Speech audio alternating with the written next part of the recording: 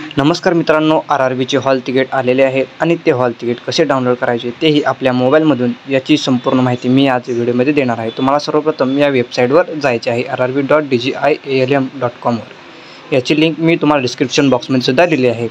त्यावर या वेबसाईटवर आल्यावर तुम्हाला सर्वप्रथम आपला रजिस्ट्रेशन नंबर टाकून घ्यायचा आहे। रजिस्ट्रेशन नंबर टाकून घेतल्यानंतर तुम्हाला तुमचा पासवर्ड टाकायचा आहे। तुमचा पासवर्ड ही तुमची जन्मतारीख असेल हे तुम्हाला मी माहितीसाठी सांगत आहे। तर हा पासवर्ड मी टाकून घेत आहे। हा पासवर्ड टाकल्यानंतर तुम्हाला जो कॅप्चा आहे तो कॅप्चा टाकायचा आहे आणि कॅप्चा टाकून लॉग इन करून घ्यायचे आहे। लॉग इन केल्यानंतर मी सर्वप्रथम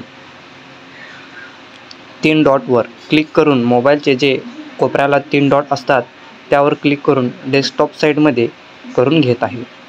डेस्कटॉप साईडमध्ये कन्वर्ट करून घेतल्यानंतर तुम्हाला सिटी इंटिमेशन स्लिप यावर क्लिक करायचे आहे। त्यानंतर यावर क्लिक केल्यानंतर तुम्हाला click here download city intimation slip यावर क्लिक करायचे आहे।